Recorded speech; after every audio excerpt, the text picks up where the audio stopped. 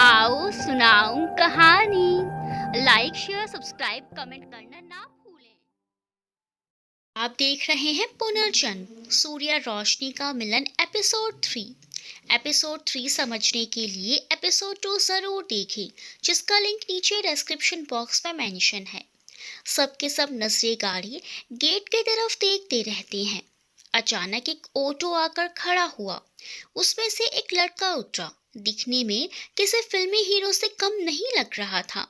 6 foot से ऊपर निकलता कद, गोरा चिट्टा, गोल चेहरा और उसके बाल का स्टाइल उसके चेहरे को और भी सुंदर बना रहा था। उसने नेवी ब्लू शर्ट और ब्लैक कलर की जीन्स पहन रखी थी। काले ऑफिशियल शूज को मिला के उसका लुक बहुत ही इम्प्रेसिव था। सामान के नाम पर बैग और बिस्तर था।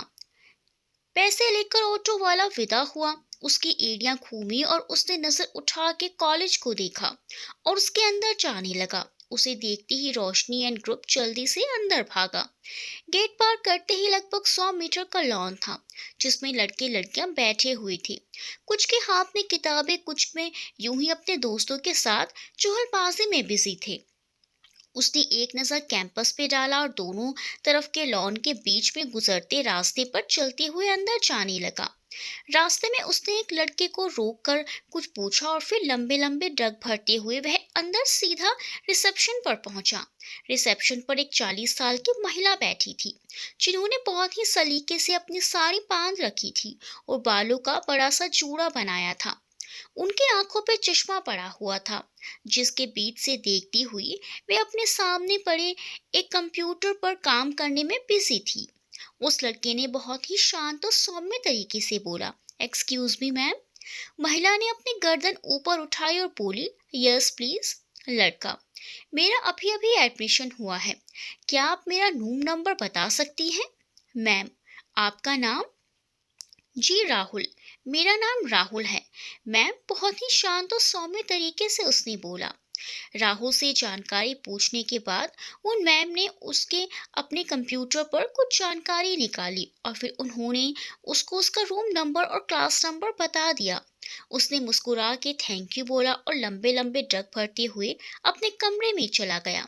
कमरे के सामने पहुंचकर उसने देखा कि कमरे का गेट खुला हुआ था। लगभग 10 बाय 10 का कमरा था, जिसमें सामान के नाम पर एक पंखा और दोनों दीवारों की तरफ एक एक बेड पड़ा हुआ था, जिसमें एक बार में एक ही आदमी सो सकता था।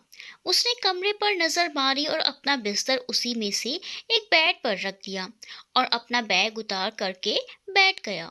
वो भी बैठा ही था कि दो लड़के, जो शक्ल सूरत से थोड़ा बिगड़ैल से लग रहे थे, उसके पास आए और बोले, फर्स्ट ईयर? राहुल, जी। लड़के मुस्कुराने लगे। उनके चेहरे को देखकर लग रहा था कि उनके इरादे नेक नहीं हैं। उन दोनों लड़कों में से एक लड़का बोला, चलो हमारे साथ।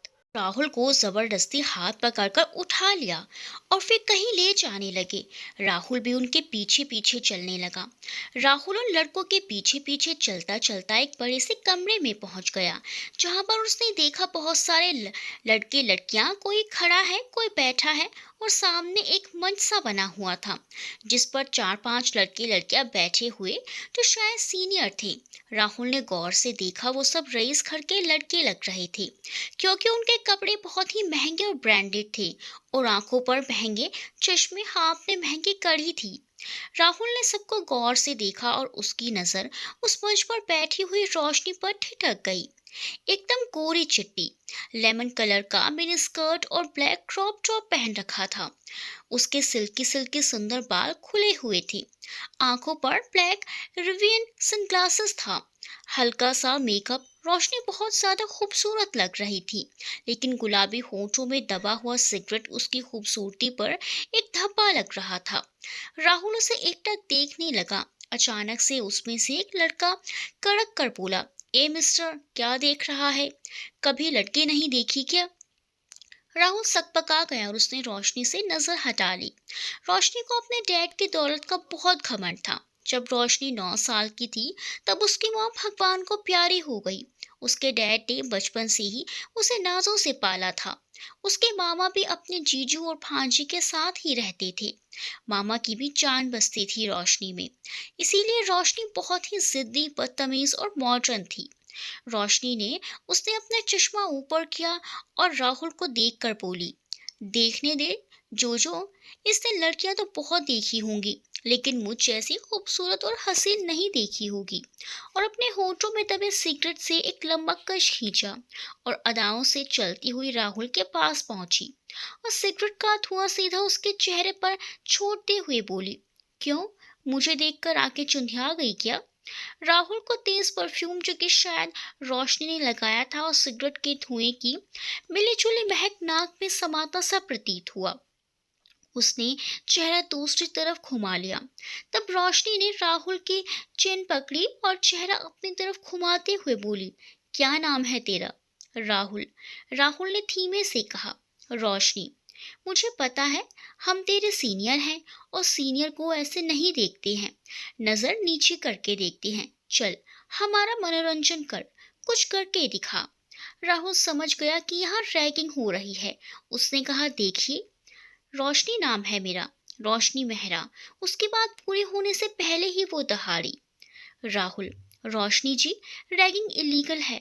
राहुल ने सौम्य स्वर में बोला, आपको जेल भी हो सकती है अगर किसी ने कंप्लेन कर दी तो। रोशनी, अच्छा, किसकी इतनी मजाल है जो रोशनी की कंप्लेन करेगा? ज्यादा भाषण मत छाड़ो और जितना बोला है उतना करो। रोशनी कहकर वापस जाकर अपनी जगह पर बैठ गई और सिगरेट का कश लगाने लगी। राहुल को बात मान लेने में ही भलाई दिखी और वह स्टेज पर आ गया। क्या करूं? अभी सोच ही रहा था कि इतने में दो लड़के एक लड़की को लेकर आए। राहुल ने देखा, लड़की बहुत सुंदर और मासूम थी, लेकिन बहुत ज्यादा घबराई हुई थी।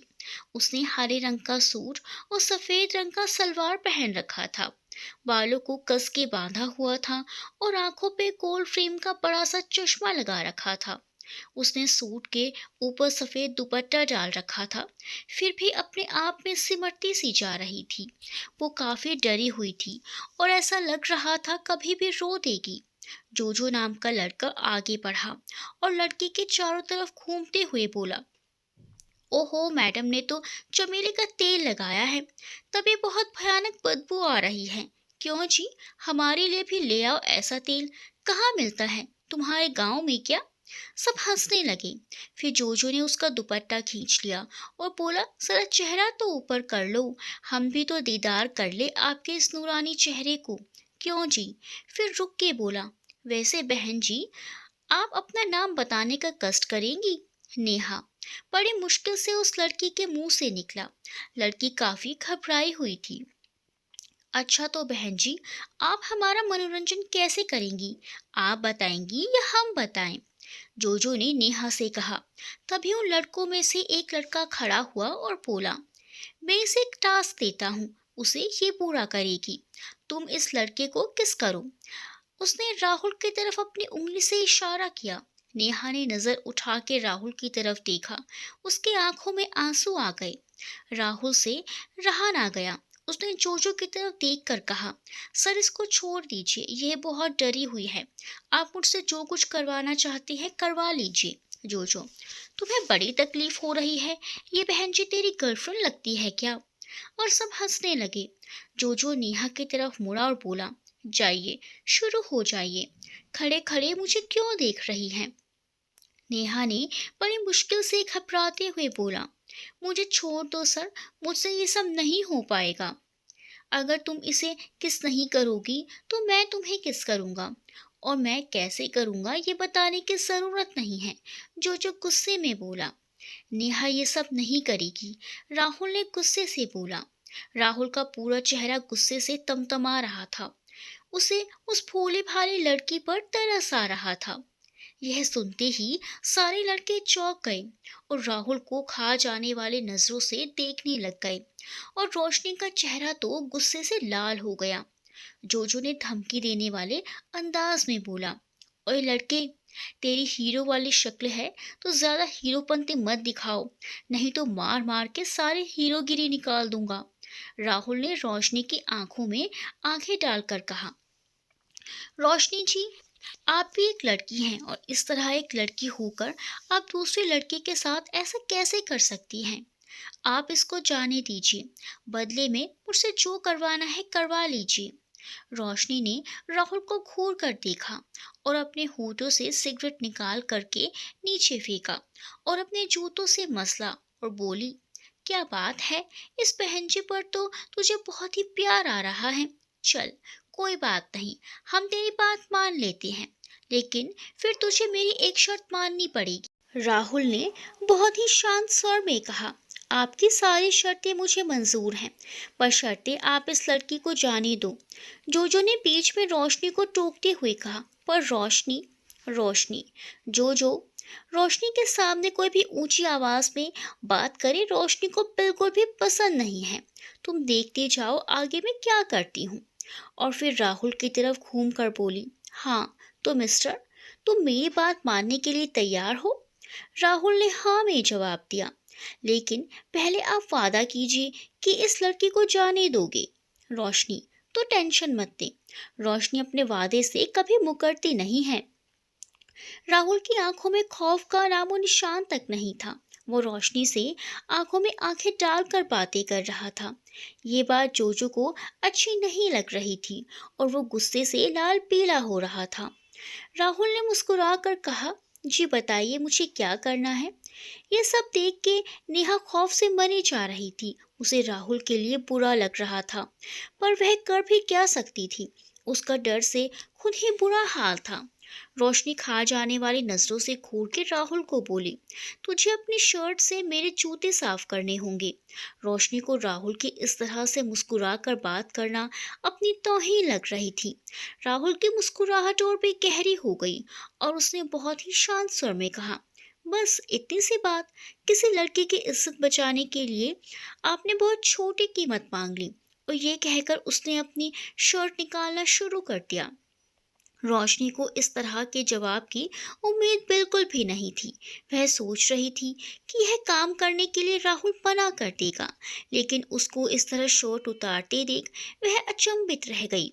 राहुल ने फटाफट अपनी शर्ट उतार के रोशनी के कदमों में झुक गया और उसके ब्लैक कलर के जूतों को अपनी शर्ट से पोंछने लगा।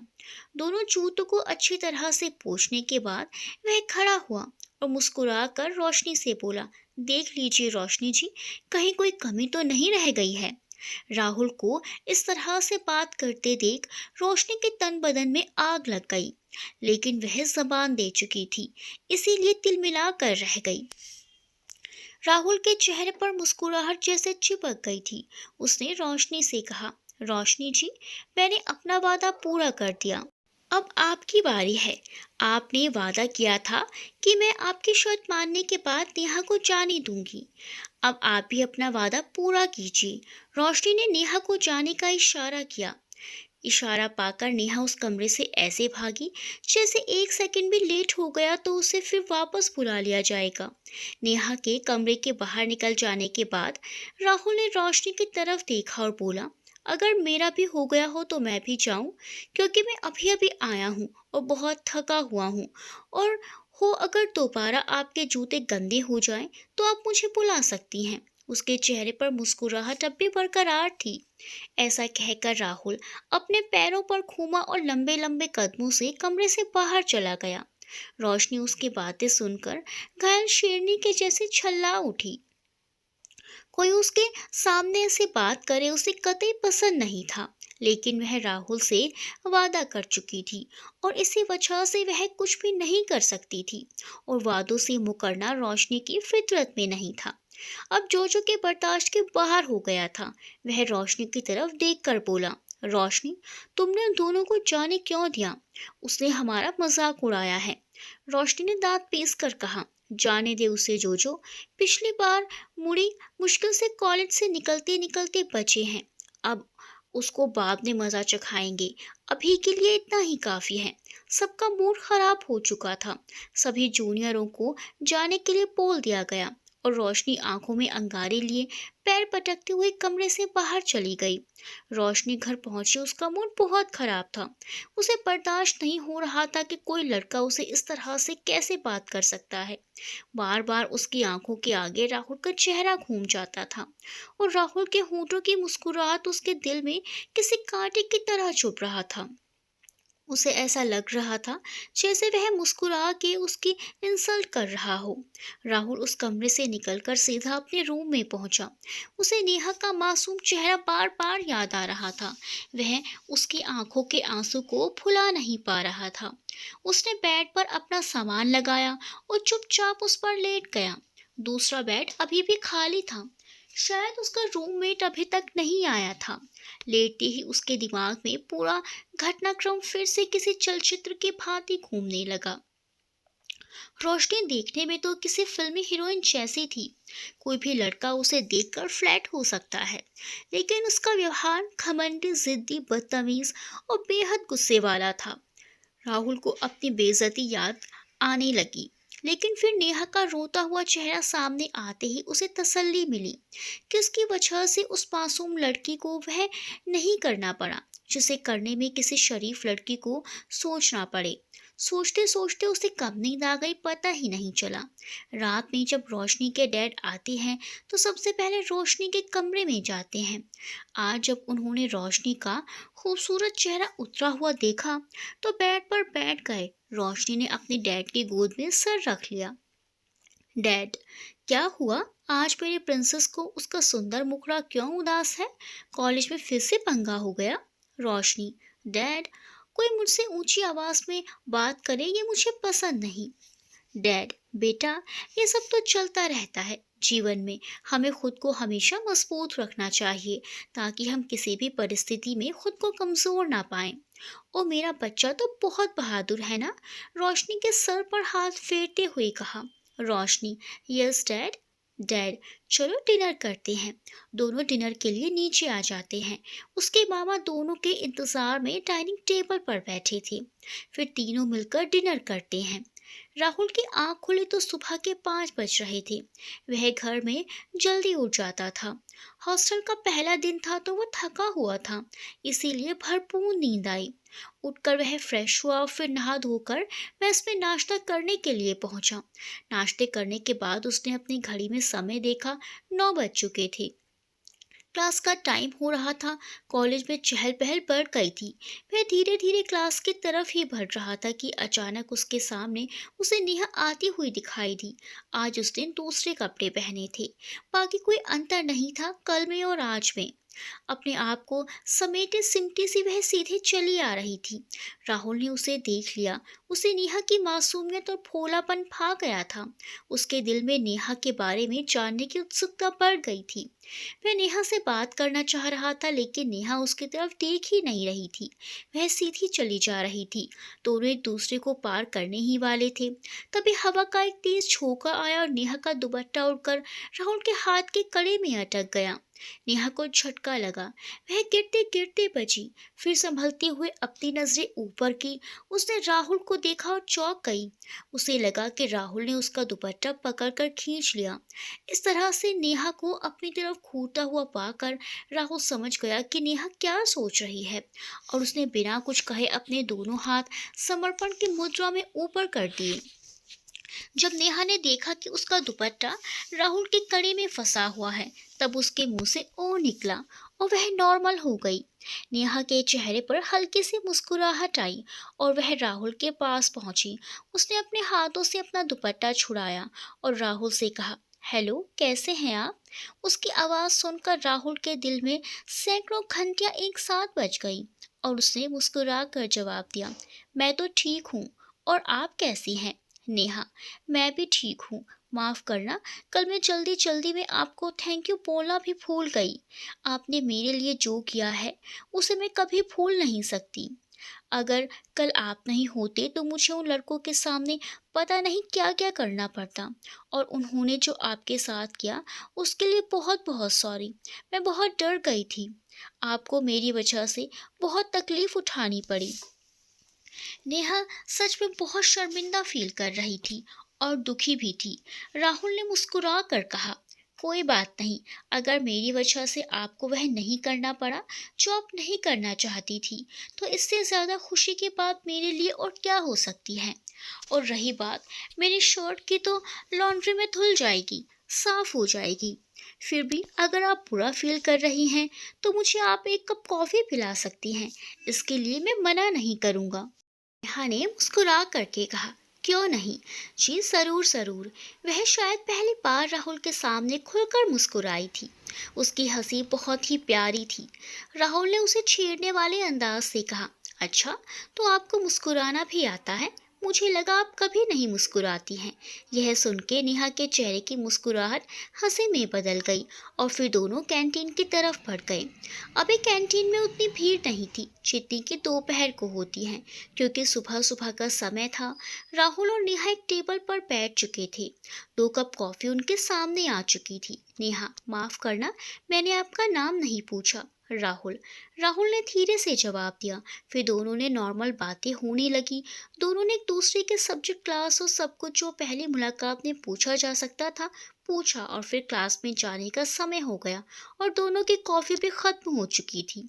राहुल ने पर्स निकाला, पर नेहा ने जिद करके पैसे देने नहीं दिया।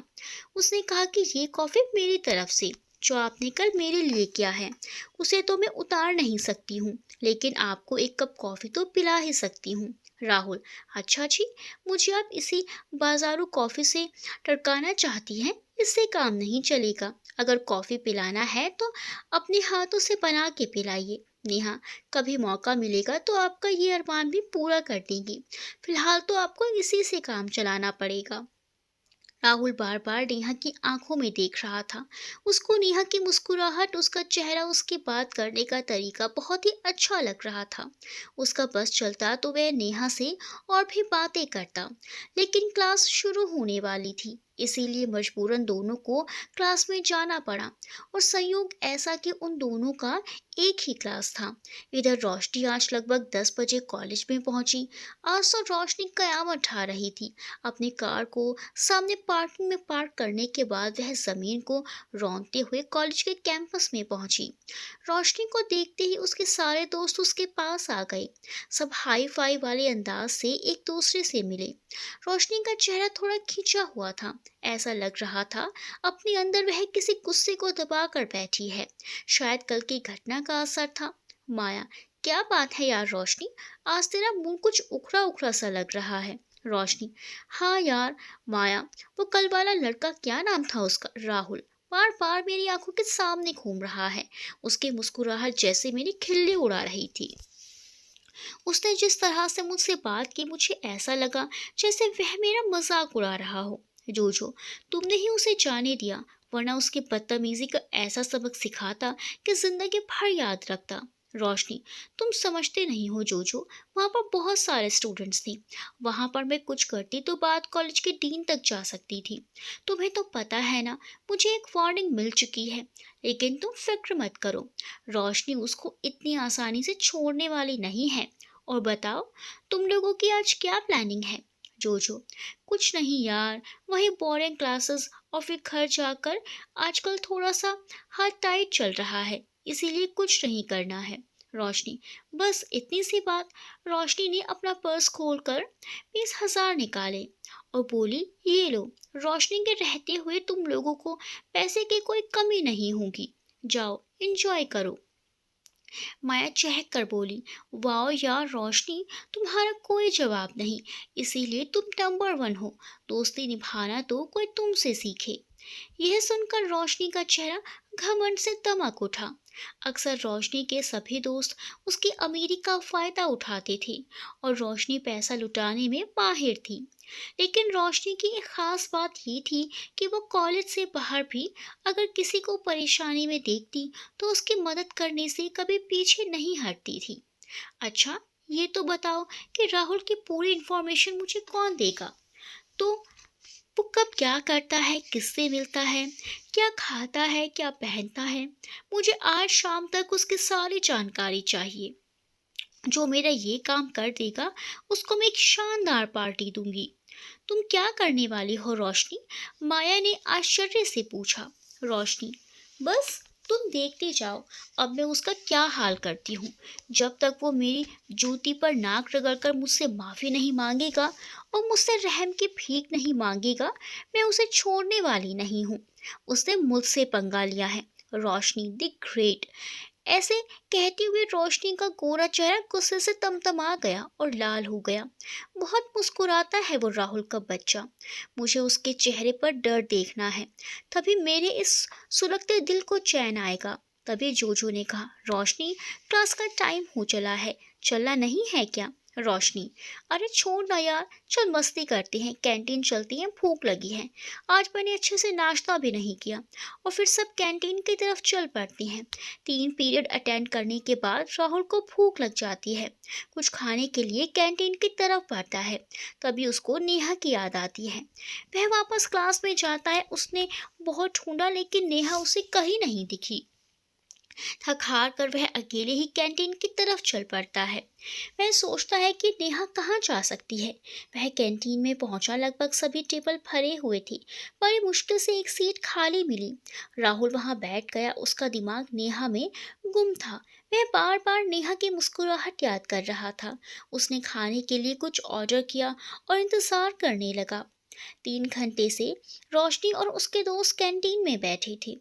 वो सब खूब हंस हंस कर बातें कर रहे थे। तभी माया की नजर राहुल पर पड़ी। वह चौंक गई। अरे यार रोशनी, देख, ये राहुल ही है ना जिसे तू ढूंढ रही है? जिस तरफ माया ने इशारा किया, रोशनी ने जल्दी से घूम कर देखा। सामने ही राहुल बैठा हुआ दिखाई दिया। कल का मंजर उसकी आंखों के आगे घूम गया। उसका चेहरा गुस्से से तमतमा गया। वह जल्दी से उठी और राहुल की तरफ बढ़ी। राहुल के पीछे वाली टेबल पे पड़ा पानी का जग उसने उठाया और सीधा राहुल पर उड़ेल दिया।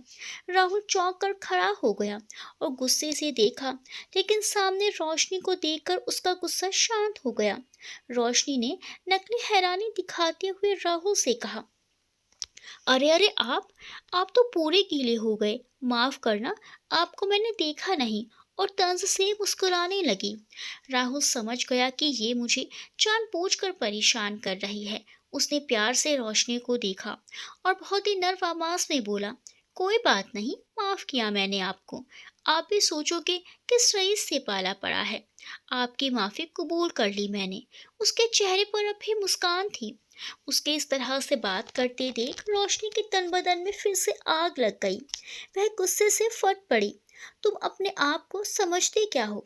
तुम बहुत बड़े 30 मार खा हो, करोड़पति हो क्या तुम मेरे सामने? तुम्हारी औकात जीरो है, जीरो। राहुल ने शांत स्वर में कहा, अरे आप इतना जोर से मत चिल्लाइए, आपका मेकअप खराब हो जाएगा। एक काम कीजिए, लीजिए, थोड़ा पानी पीजिए। और सच में उसने अपने सामने टेबल पे पड़े बॉटल को रोशनी को देने के लिए आगे बढ़ा दिया। राहुल रोशनी से बहुत ही शांति से मुस्कुरा के बात कर रहा था। उसके चेहरे पर जरा भी डर और जरा भी गुस्सा नहीं था। और ये बात रोशनी से बर्दाश्त नहीं हो रही थी। वह गुस्से से तमतमाई हुई थी। इतने में पीछे से जोजो लपक कर पहुंचा, सीधा राहुल का कॉलर पकड़ लिया। लड़ाई होने की संभावना देख पूरा कैंटीन खाली हो चुका था। अब राहुल के बर्दाश्त से बाहर हो रहा था। उसकी आंखों में खून उतर आया और उसने दहाड़ कर जोजो से कहा, कॉलर से हाथ हटा। जोजो, अगर नहीं हटाया तो क्या करेगा? राहुल, तेरा वो हाल करूंगा कि तू खुद को पहचानने से भी इनकार कर देगा। जोजो सहम गया और उसने झट से राहुल का कॉलर छोड़ दिया। जोजो, बहुत गर्मी भरी हुई है तेरे अंदर। तू जानता नहीं है मैं कौन हूँ। राहुल, तुझे तो पता है ना कि तू कौन है। तभी माया बीच में आ गई और उसने दोनों को शांत करवाया और अलग अलग किया। राहुल ने अपने कपड़े झाड़े और पीछे हो गया। जो राहुल को ऐसे घूर रहा था जैसे कच्चा ही चबा जाएगा। माया, तुम दोनों झगड़ा क्यों कर रहे हो? इस बात को यहीं खत्म कर दो। माया को दोनों को शांत करते हुए देख रोशनी आश्चर्यचकित रह गई। रोशनी को यह समझ में नहीं आ रहा था कि माया यह कर क्यों रही है, और उसने आश्चर्य से माया की तरफ देखा। माया ने रोशनी को आंख मारी। उसके चेहरे पर रहस्यमय मुस्कान थी। रोशनी को समझ में आ गया कि माया कोई खेल खेल रही है और इसीलिए इसने जोजो को पीछे हटने का इशारा किया। माया ने मुस्कुराकर आगे कहा, हमें लड़ाई झगड़ा करने से कोई फायदा नहीं है। इससे अच्छा है कि हमें आपस में दोस्ती कर लेनी चाहिए। क्यों राहुल, मैं ठीक कह रही हूं ना? राहुल ने जोजो की तरफ देख कर कहा, तुम्हारे दोस्त तुमसे ज्यादा समझदार है। जोजो को कुछ समझ भी नहीं आ रहा था कि हो क्या रहा है, लेकिन रोशनी के आगे वह चुप था। उसका बस चलता तो राहुल को कच्चा ही खा जाता। माया, राहुल आओ, मैं तुम्हें अपने दोस्तों से मिलवाती हूँ। थोड़ा आश्चर्य राहुल को भी हो रहा था कि अचानक सबको हो क्या गया है, लेकिन उसने इग्नोर कर दिया और मुस्कुरा करके आगे बढ़ा। माया ने बारी बारी से हाथ मिला करके सबका परिचय करवाया। सबसे पहले माया खुद, उसके बाद रोशनी, फिर जोजो, फिर विक्की, आखिर में शक्ति से हाथ मिलवाया और मुस्कुरा कर बोली, आज से लड़ाई झगड़ा बंद, हम सब आपस में दोस्त की तरह रहेंगे। और फिर राहुल मुस्कुरा करके बोला, अच्छा अब मैं चलता हूँ, मेरे क्लास का टाइम हो गया है, फिर मिलेंगे। और एक प्यारी सी मुस्कान उसने रोशनी की तरफ उछाल दी और चला गया। राहुल के जाने के बाद सबकी नजरें माया की तरफ घूमी। सब उसे खा जाने वाली नजरों से घूरे जा रहे थे और वह पठी चुपचाप शांति से खड़ी मुस्कुरा रही थी। उसके चेहरे पर कुटिल मुस्कान थी। अचानक रोशनी फट पड़ी और बोली, कुछ बोलेगी भी? खड़ी खड़ी मुस्कुराती जाएगी? तूने इसे क्यों करवाया? जिस बंदे से मैं बात करना भी पसंद नहीं करती, तूने उससे हाथ मिलवाया। उस 2 टके के आदमी ने मुझे धमकी दी, फिर भी रोशनी की वजह से मुझे उससे हाथ मिलाना पड़ा। यहाँ चल क्या रहा है? कोई कुछ बताएगा? हम्म जो उस राहुल को इतना भाव दे रहे हैं, कल भी उसको वैसे ही छोड़ दिया था और आज उसके साथ हाथ मिलवाया। शिट! जो गुस्से से लाल पीला हो रहा था।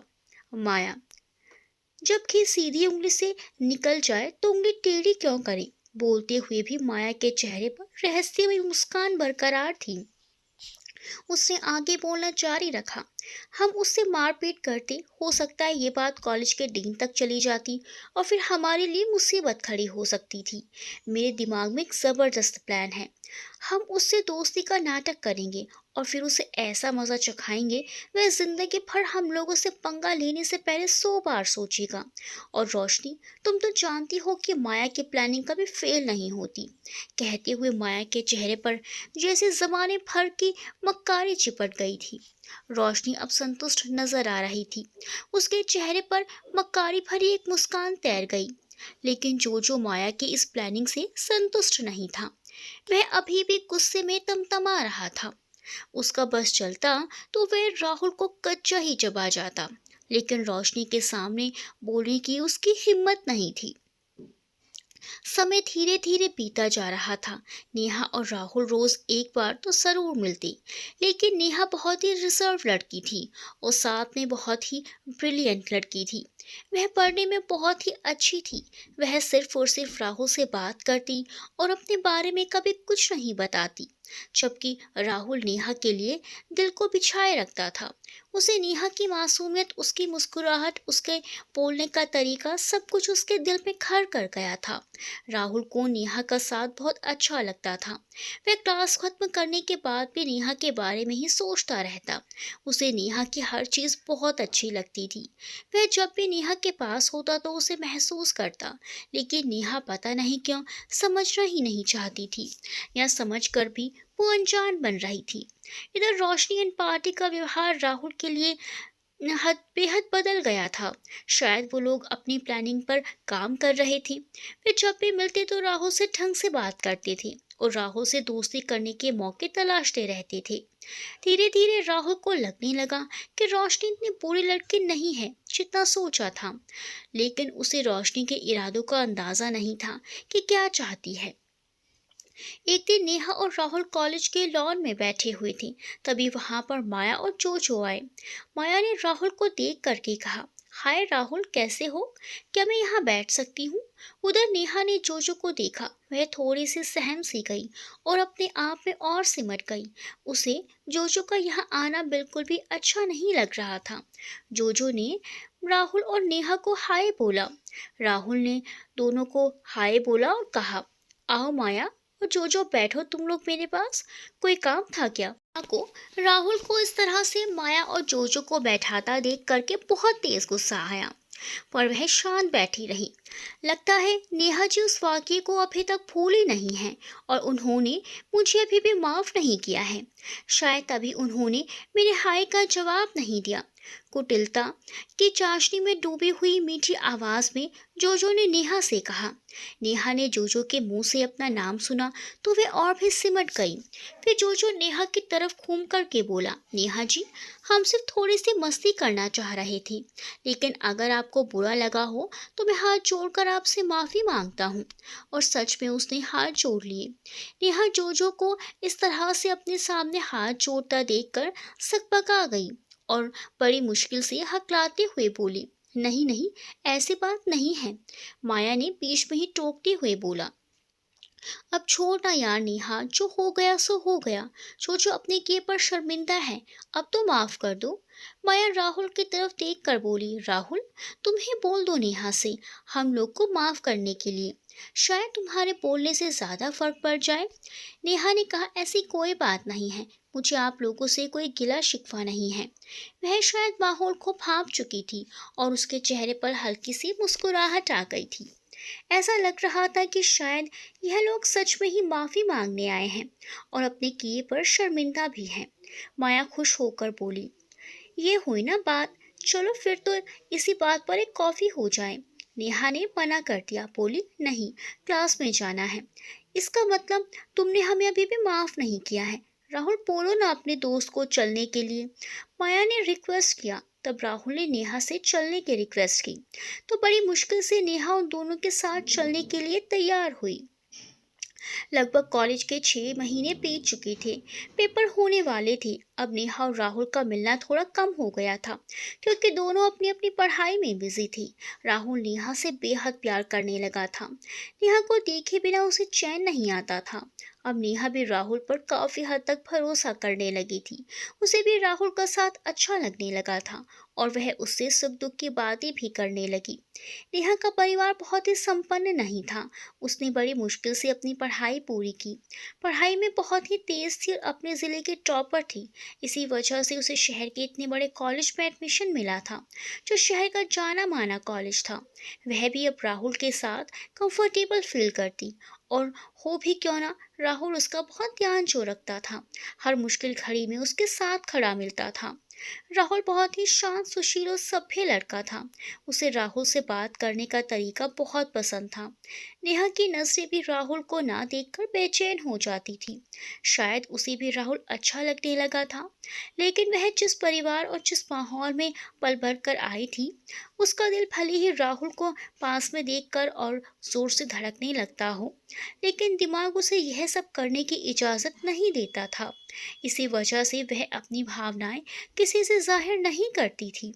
लेकिन दिल के किसी कोने में राहुल ने चुपके चुपके की अपनी जगह बना ली थी। पेपर खत्म हो चुके थे और क्लासेस फिर से शुरू हो चुकी थी।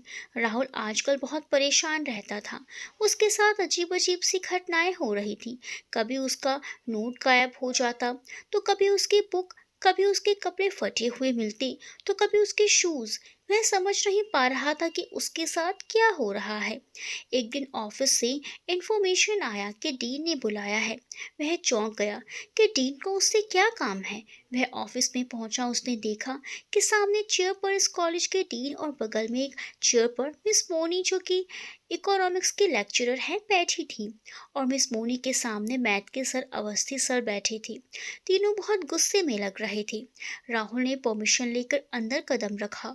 ऑफिस में पहुंचते ही कॉलेज के डीन अजय सर बैठे थे। उनकी उम्र लगभग 55 साल होगी। बाल एकदम सफ़ेद, क्लीन शेव, जो बहुत ही अनुशासन प्रिय थे और बिना किसी दबाव के कार्य करते थे। आप कितने भी बड़े बाप के बेटे क्यों ना हो। राहुल को देखते ही अजय सर गुस्से से गरजे, how dare you this. Rahul चौंक गया। उसकी कुछ भी समझ में नहीं आया। वह आश्चर्य से कभी अजय सर, कभी मौनी मैम तो कभी अवस्थी सर को देख रहा था। तुमने कॉलेज का अनुशासन तोड़ा है। तुम्हें पता है मैं तुम्हें कॉलेज से निकाल भी सकता हूँ। राहुल का सस्पेंस से बुरा हाल था। वह बड़ी मुश्किल से सिर्फ इतना ही बोल पाया, लेकिन सर मैंने किया क्या है? अजय फिर गरजे, अब ज्यादा भोले मत बनो। तुम्हारी हिम्मत कैसे हुई मुझ मोनी को इतनी गंदी गंदी बातें लिखकर देने की? क्या तुम्हें बिल्कुल भी सभ्यता नहीं है कि अपने टीचर से कैसे बिहेव करते हैं? अजय सर की बात राहुल के ऊपर जैसे बम गिरा हो।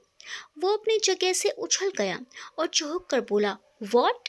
लेकिन सर मैंने तो ऐसा कुछ नहीं किया है। वह अब भी सदमे से बाहर नहीं आया था। मिस मौनी ने तुरंत उसकी वह नोटबुक उसके सामने रख दी और गुस्से से बोली, ये तुम्हारी ही है? राहुल ने झट से बोला, हाँ। फिर मौनी ने उससे वह पेज खोल कर दिया जिस पर कुछ लिखा था और गुस्से से राहुल के सामने रख दिया और बोली, ये क्या है? राहुल ने पूरा पढ़ा भी नहीं गया। बहुत ही घटिया अश्लील तरीके से प्रेम पत्र मिस मोनी के नाम से लिखा गया था। राहुल को अब सारी बात समझ में आ चुकी थी। उसने कहा, सर ये मैंने नहीं लिखा है। मेरी यह नोटबुक कुछ दिन पहले गायब हो गई थी। मैं सच कह रहा हूँ, उसकी हालत खराब थी। सर आप एक्सपर्ट बुला के मेरी राइटिंग चेक करवा लीजिए। मैं कभी भी इतनी घटिया हरकत नहीं कर सकता। राहुल की शक्ल रोने वाली हो गई थी, लेकिन सब बहुत गुस्से में थे। राहुल ने बहुत देर तक सफाई दी। अवस्थी सर बोले, सर मैं राहुल को अच्छे से जानता हूँ। यह सही है कि नोटबुक उसकी है, लेकिन ये ऐसी घटिया हरकत नहीं कर सकता। ये एक बहुत ही बुद्धिमान, समझदार और सुलझा हुआ लड़का है। सर अगर आपको इसे कॉलेज से निकाल दिया तो इसकी लाइफ बर्बाद हो जाएगी। अजय सर बड़े ध्यान से उसकी बात सुन रहे थे। उन्हें भी लगा कि लड़का सच बोल रहा है, लेकिन मोनी मैम अभी भी संतुष्ट नहीं थी। वह राहुल को कॉलेज से निकालने के पक्ष में थी। आखिर में अजय सर ने राहुल को हॉस्टल से निकालने का निर्णय लिया। वह कॉलेज में पढ़ तो सकता था, लेकिन अब से वह हॉस्टल में नहीं रहेगा। राहुल ने राहत की सांस ली कि वह बाल बाल बच गया। रोशनी एंड पार्टी आज बहुत खुश थे। माया ने राहुल की नोटबुक चुरा ली थी और जोजो ने उस पर मिस मोनी के नाम से एक ही बहुत गंदा लेटर लिखकर उनके पास पहुंचा दिया था। आज रोशनी का बदला पूरा होने वाला था। जोजो 6 महीने से तड़प रहा था राहुल से बदला लेने को। उन्हें लग रहा था कि अजय सर राहुल को इस हरकत से कॉलेज से जरूर निकाल देंगे। वो अपने मकसद में काफी हद तक कामयाब भी हो चुके थे, लेकिन राहुल की किस्मत अच्छी थी जो वह बच गया। राहुल को हॉस्टल से निकाल दिया गया। वह चुपचाप अपने क्लास में आ गया। उसका चेहरा उदास था। नेहा ने उसका उदास चेहरा देखा तो वे भी परेशान हो गई। जब क्लास खत्म हुआ तो नेहा सीधा राहुल के पास पहुंची और पूछा तो राहुल ने कहा, नेहा मैंने तुम्हें बताया था ना कि मेरी नोटबुक गायब है। आज किसी ने मेरी नोटबुक में बहुत ही घटिया बातें लिखकर मोनी मैम को दे दिया था। अजय सर बहुत गुस्सा हो रहे थे और उन्होंने मुझे हॉस्टल से निकाल दिया। अब तुम क्या करोगे, कहाँ रहोगे? नेहा भी राहुल की बातें सुनकर सोच में पड़ गई। उसे राहुल की चिंता हो रही थी। राहुल भी परेशान था, लेकिन नेहा को इस तरह परेशान देखकर उसने कहा, तुम चिंता मत करो, नेहा कहीं ना कहीं एडजस्टमेंट कर लूंगा। नेहा के चेहरे की चिंता फिर भी कम ना हुई। अचानक से राहुल ने नेहा का चेहरा अपने दोनों हाथों में भर लिया और बहुत ही प्यार से बोला, नेहा तुम परेशान मत हो, मैं तुम्हें परेशान नहीं देख सकता हूँ। अब थोड़ा मुस्कुरा दो, मुझे ये वाली नेहा बिल्कुल भी अच्छी नहीं लगती। मुझे मुस्कुराती नेहा अच्छी लगती है। राहुल की बातें सुनकर नेहा मुस्कुराने लगी। रोशनी एंड पार्टी को जब पता चला तो उसके दिल पे सांप लौट गया। उन्हें लगा था कि राहुल को कॉलेज से निकाल दिया जाएगा, लेकिन उसे तो सिर्फ हॉस्टल से निकाला गया। सब माया को घूर रहे थे। माया, मुझे ऐसे क्यों देख रहे हो सब? ये सब मेरे प्लान ने काम किया है। पूरा नहीं हुआ आधा ही सही। अभी भी हमारे पास मौका है। अब मैं तुम लोगों को बताती हूँ आगे क्या करना है। अब हमें एक साथ दोनों पर वार करना है। To be continued. क्या होगा रोशनी एंड ग्रुप का अगला वार, अगले भाग में देखना ना भूलें। लाइक शेयर करना मत भूलिएगा। चैनल को सब्सक्राइब ज़रूर कर लीजिएगा। मिलते हैं अगली वीडियो में कहानी के अगले भाग के साथ। तब तक के लिए बाय बाय।